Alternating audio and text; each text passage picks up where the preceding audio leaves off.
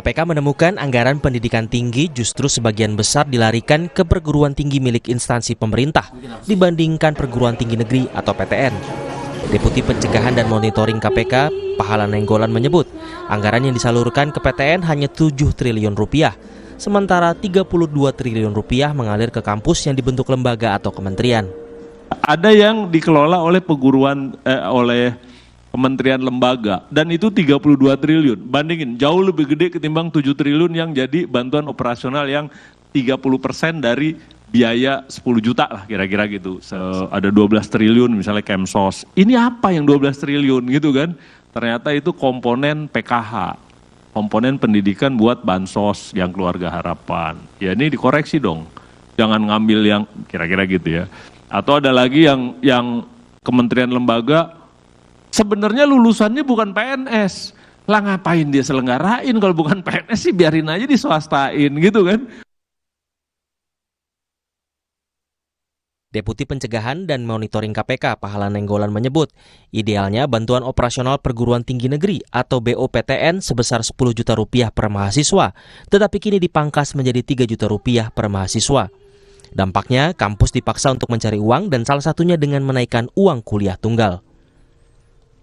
Kuliah gitu nih biaya lu sebenarnya 10 supaya jadi sarjana yang berkualitas, ya kan? Kalau 8 ya didiskon lah kualitasnya, tapi 10.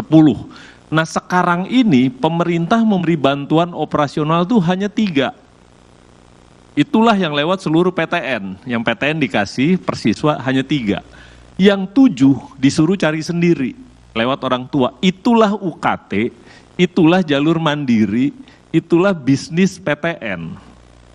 Kita agak keberatan karena kita bilang begini, lu para rektor itu kan profesor, tuh akademisi, jangan suruh cari duit dong.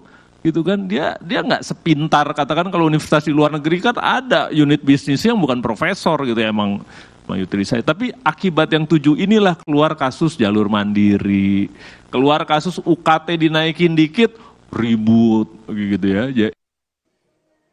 Kemendikbudristek berdalih, mereka hanya mengelola anggaran pendidikan sebesar 15% atau 98,9 triliun rupiah. Sekjen Kemendikbudristek, Suharti mengklaim, alokasi itu diatur sesuai aturan yang diputuskan bersama dengan Kementerian Keuangan dan Kementerian PPN. Kemendikbudristek sendiri tidak memiliki peran dalam pengambilan keputusan terkait dengan alokasi anggaran karena sesuai dengan PP nomor 17 tahun 2017 yang mempunyai kewenangan untuk perencanaan dan penganggaran adalah Kementerian PPN dan Kementerian Keuangan. Pemerintah telah menetapkan 20% APBN dialokasikan untuk anggaran pendidikan. Merujuk pada APBN tahun 2024, anggaran pendidikan di Indonesia sebesar 665,02 triliun rupiah. Namun, dari 665 triliun rupiah anggaran pendidikan, porsi terbesar senilai 346,5 triliun rupiah justru digunakan untuk transfer ke daerah. Dana ini mencakup dana alokasi umum seperti gaji dan tunjangan pegawai, dan dana alokasi khusus seperti pembangunan fisik dan non-fisik. 33% atau 219 triliun rupiah dari anggaran pendidikan tersebar di Kementerian Agama, kementerian atau lembaga lainnya dan Kementerian Keuangan sebagai pengelola anggaran pembiayaan pendidikan, serta anggaran pendidikan non-kementerian atau lembaga. KPK meminta alokasi anggaran pendidikan dievaluasi, termasuk tata kelola anggaran pendidikan tinggi yang berasal dari APBN. Tim Liputan, Kompas TV. Lalu bagaimana pengaturan alokasi anggaran pendidikan tinggi di APBN sehingga bisa tidak timpang antara perguruan tinggi negeri dengan perguruan tinggi milik kementerian atau lembaga? Kami akan diskusikan bersama Wakil Ketua Komisi 10 DPR RI Dede Yusuf dan peneliti Pusat Kajian Hukum dan Anggaran atau PUSKAH Yenti Nur Hidayat. Selamat malam semuanya. Selamat malam. Terima kasih sudah hadir bersama kami dalam diskusi kami kali ini. Kang Dede, sebetulnya data yang sudah dipaparkan oleh KPK tadi yang Anda simak, apakah Anda mengamini seluruhnya atau ada temuan lain dari DPR soal ketimpangan biaya atau anggaran pendidikan ini? Amin. Teramini seluruhnya? Atau sejauh mana kemudian Anda mencermati itu? Timpang sekali begitu antara 7 triliun dengan 32 triliun sekolah kedinasan itu? Ya, jadi sebetulnya tadi siang juga kami baru saja rapat dengan Kemendikbud dan Kemendagri. kita berbicara tentang mandatori yang 20% ya. Yang 20% itu memang terbesar 52% turunnya ke daerah ya. Berupa dana alokasi fungsi pendidikan ya, berupa DAK fisik, DAK non fisik dan lain-lain. Mungkin kita nggak mempermasalahkan itu ya, itu nanti isu tersendiri. Justru yang kita jadi pertanyaan kita adalah Kemendikbud dari porsi 665 triliun itu hanya mendapat kurang lebih sekitar 15%, 98 triliun. Bahkan untuk 2025 itu akan turun lagi menjadi 13%. Ya. Sementara KL lainnya itu kalau dijumlahkan saja sudah 21% plus ada pengeluaran pembiayaan dan anggaran pendidikan non KL yang ada di Kementerian Keuangan dan lain-lain itu bisa mencapai hampir 20% sendiri. Jadi 20 plus 21% dengan kementerian lain itu udah hampir 40% sendiri. Nah, itu yang membuat kami melihat karena kemarin rame-ramenya UKT mahal dan lain-lain, termasuk juga di daerah masih sangat kurangnya beasiswa pembiayaan pendidikan. Kami melihat pemerintah masih lebih fokus kepada pembiayaan pendidikan di kementerian lembaga lainnya daripada di Kementerian Pendidikan itu sendiri. Artinya benar disampaikan Pak Pahala tadi, hanya sekitar 7 triliun bantuan untuk perguruan tinggi negeri, sementara di kementerian lainnya ya cukup fantastis. Oke. Ini Mas Tiba. Yang menentukan porsi anggaran itu sebetulnya bagaimana? Karena kan terakhir Kemendikbud bilangnya bukan mereka yang ngatur anggaran itu. Baik, saya harus menjelaskan apa yang kami temui di dalam panja ya, karena kita tentunya harus berdasarkan data yang disampaikan pihak pemerintah itu sendiri. Jadi pada dasarnya itu dulu pernah ada yang namanya PP 17 tahun 2017, di mana Menteri Bappenas dan Menteri Keuangan adalah menteri-menteri yang memiliki kewenangan dalam proses perencanaan dan penganggaran. Jadi hanya 2 menteri itu saja. Lalu kemudian tahun 2022 Kemendikbudristek mendorong inisiasi PP nomor 48 tahun 2008 dan PP nomor 18 tahun 2022 di mana pendanaan pendidikan yang mengatur itu bahwa Kemendikbudristek, Menteri Keuangan dan Menteri Bappenas bersama-sama menyetujui pengalokasian anggaran pendidikan. Jadi 2022 sudah dibuat PP itu tapi belum dijalankan sampai sekarang. Oke. Jadi artinya sampai sekarang masih tetap Kementerian Keuangan dan Bappenas tanpa melibatkan Kementerian Pendidikan. Itu sebabnya tadi dikatakan bahwa ada disparitas yang sangat besar. Oke. Tapi kenapa DPR tidak mendorong untuk pengubahan aturan itu tadi? Apa sebetulnya yang menjadi tantangan di sini? Sebetulnya kalau dibilang DPR mendorong atau tidak mendorong, kita pengen ya dari 20% mandatori tersebut, mestinya harus kita bicarakan terlebih dahulu di DPR, ini kemana saja. Dan setelah itu baru kemudian diserahkan pada pemerintah untuk melakukan pembagiannya. Karena kalau target kita adalah wajib belajar 12 tahun dan kemudian kita ingin mengejar bahkan sampai 16 tahun untuk pendidikan tinggi, maka seyogyanya pemerintah harus menyiapkan anggaran yang cukup sesuai dengan amanat Undang-Undang Dasar Negara Republik Indonesia tahun 1945 yang kewajiban adalah hak hak setiap rakyat untuk mendapatkan pendidikan, plus ditambah lagi kalau kita berbicara untuk 2045 katakanlah generasi emas, maka pendidikan tinggi sudah merupakan satu persyaratan. Jadi mau tidak mau kita harus duduk berdiskusi sama-sama. Nah, permasalahannya di dalam pembahasan keuangan, Kemendikbudristek itu given diberikan oleh Kementerian Keuangan. Dan baru kemudian Kemendikbudristek datang ke DPR komisi, ya kita berbicara komisi, dengan alokasi anggaran pagu indikatif yang sudah disepakati dengan Kementerian Keuangan. Nanti dari situ baru kita mengusulkan perlu ada tambahan berapa. Oke. Mbak Yenti punya temuan sendiri soal ini, ketimpangan antara EPTN dengan sekolah kedinasan ini? Ya, terima kasih. Selamat malam. Ya, kami di Puskala Indonesia juga melakukan kajian ya. Jadi data yang kami gunakan adalah data dari Himpunan RKAKL APB. Mbak Yenti?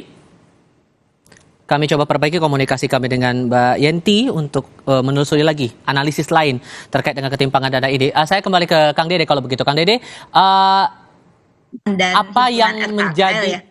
Oke, kita coba perbaiki lagi komunikasi dengan Mbak Yenti. Mbak Yenti, saya pastikan dulu, terdengar suara saya Mbak Yenti? Terdengar. Oke, saya tahan dulu ya Kang Dede, kita kembali ke Mbak Yenti. Mbak Yenti, diulang kembali karena gangguan komunikasi tadi, boleh diulang? Ya, kalau data dari Himpunan RKKL yang kami olah, itu Ditjen Dikti itu hanya mengelola sekitar 33,7 triliun. Dan ini kalau kita... Oke. Kita coba perbaiki kembali. Kang Dede, dengan Ya, baik. masalah seperti ini, bahkan Anda dalam rapat terakhir bersama Kemendikbud, bilangnya ada satu fakultas yang biaya pendidikannya bahkan lebih mahal daripada pembelian mobil mewah. Jadi muara yang mana mau diperbaiki oleh DPR kalau begitu? Ya, baik. Jadi begini, masyarakat, orang tua selalu mengadukan bahwa biaya kuliah mahal. Bahkan ada satu fakultas yang kalau untuk uang pangkalnya saja atau istilahnya uang masuknya saja itu kurang lebih senilai satu mobil. Dan ini dikeluhkan di mana-mana tapi tidak pernah dibuka. Nah, permasalahannya adalah kita butuh nggak sih sumber daya manusia yang memang capable dan berpendidikan yang benar-benar sesuai dengan harapan kita ke depan. Kalau saja ternyata perguruan tinggi ini masih mahal. Sebagai satu contoh gambaran, tadi saya pikir Pak Pahala juga sudah menyampaikan, angka perguruan tinggi negeri yang ada di Indonesia ini per siswa, kosnya adalah kurang lebih 10 juta rupiah per tahun per siswa. Ada yang 8 juta, ada yang 10 juta. Nah, ada di sekolah-sekolah kampus-kampus kedinasan itu bahkan bisa mencapai 27 juta per siswa per tahun. Artinya disparitasnya tinggi sekali. Yang kami khawatirkan adalah kurikulumnya tidak menggunakan kurikulum yang ada di Kemendikbud. Kedua, tadi kalau kita berbicara sekolah kedinasan, ya kalau kedinasan berarti usernya sudah langsung terpakai oleh kementerian tersebut. Ini ternyata membuka prodi-prodi umum. Artinya yang mana prodi itu sebenarnya di fakultas lain juga ada. Di kampus lain pun juga ada yang sama gitu kan ya? Betul. Dan bahkan menarik UKT biaya dari masyarakat lagi. Artinya sudah disubsidi negara mengambil UKT juga. Sementara perguruan tinggi negeri dalam domain Kementerian Pendidikan itu sendiri tadi sudah disampaikan juga hanya tersubsidi 30% daripada biaya per siswa. Jadi menurut kami memang kelihatannya harus didudukkan kembali PP nomor 18 tersebut, PP 18 2022, bahwa Kemendikbud bersama Bappenas dari Kementerian Keuangan duduk bersama ketika menentukan alokasi anggaran mana yang diturunkan kepada KL lainnya, mana yang ke daerah, begitu. Oke, saya coba cek kembali dengan Mbak Yenti dari Puskaha. Mbak Yenti masih mendengar suara saya? Ya, halo. Oke, boleh dijelaskan kembali. Jadi temuannya apa yang signifikan dirasa berbeda begitu? Atau mungkin ada hal yang sama di kasus ini? Ya, kalau kita hitung per siswa memang kelihatan bahwa disparitasnya itu tinggi ya. Jadi kalau tadi yang saya sempat hitungkan tapi terputus, jadi kalau rata-rata perguruan tinggi negeri itu per mahasiswa per tahunnya itu dapat sekitar antara 12 sampai 19 juta ya, dan itu tergantung dari masing-masing. Halo? Iya, silakan dilanjutkan, Mbak. Ya, tergantung dari masing-masing perguruan tingginya. Misalnya seperti UI saja itu mendapatkan sekitar 449 miliar per tahun. Yang kalau kita bagi dengan jumlah mahasiswanya, maka itu hanya sekitar 12 juta saja per tahun. Nah, sementara kalau model STAN itu per tahun dia anggarannya ada di bawah Kementerian Keuangan ya. STAN itu per tahun itu dapat sekitar 194 miliar ya. Dengan jumlah mahasiswa dia yang sedikit tentu saja nilainya menjadi lebih tinggi. Jadi kalau STAN itu kan 59 juta per mahasiswa per tahun. Dan itu yang menyebabkan disparitas itu tadi. Nah, sementara Pak Pahala kan tadi menyoroti adalah banyak sekolah kejuruan, tetapi kemudian sekolah kejuruan ini materinya tidak spesifik. Nah, ini yang perlu dikaji. Jadi kalau menurut kami ada 3 hal yang perlu dikaji terkait dengan anggaran pendidikan untuk perguruan tinggi ini. Yang pertama, ketersediaan anggarannya. Apakah anggaran itu memang memadai untuk perguruan tinggi negeri yang ada di Indonesia, ataupun untuk membantu perguruan tinggi swasta yang ada di Indonesia, terutama yang di daerah. Karena perguruan tinggi di daerah itu menyumbang sangat besar terhadap angka dari lulusan perguruan tinggi kita. Yang kedua adalah terkait nilainya. Nah, disparitas yang tinggi itu yang harus diperkecil. Jadi kalau kami hitung-hitungan kami ya, kalau memang mau fair, itu kisaran 30 juta per mahasiswa per tahun itu cukup ideal ya, karena itu akan membebani UKT-nya mahasiswa. Yang ketiga ini terkait tata kelolanya. Kalau tata kelola ini bicara soal transparansi, akuntabilitas, dan partisipasi. Nah, ini problemnya. Kita itu sangat tidak terbuka sama sekali tentang tata kelola anggaran. Kalau ini nggak diperbaiki, maka akan sama persoalannya sampai sekarang. Jadi hal apa yang kira-kira bisa diperbaiki sekarang begitu untuk mengatur tata kelola itu tadi? Aturankah atau ada hal lain? Ya, aturannya harus ada. Jadi itu yang paling penting. Jadi berapa sih nilai maksimum UKT yang boleh diberikan oleh perguruan tinggi? Kami menganalisis juga ya data 3 perguruan tinggi, UI, UGM, dan ITB.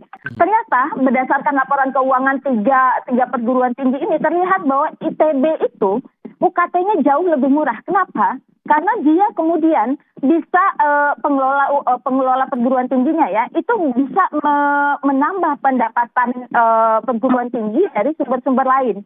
Misalnya sumber yang dipakai itu adalah ada investasi ya. Kemudian ada juga dana abadi yang dia kembangkan, kemudian juga kerjasama penelitian dengan berbagai pihak. Jadi ada produk-produk pengetahuan yang kemudian dicoba dikapitalisasi di situ sehingga UKT-nya menjadi lebih sedikit.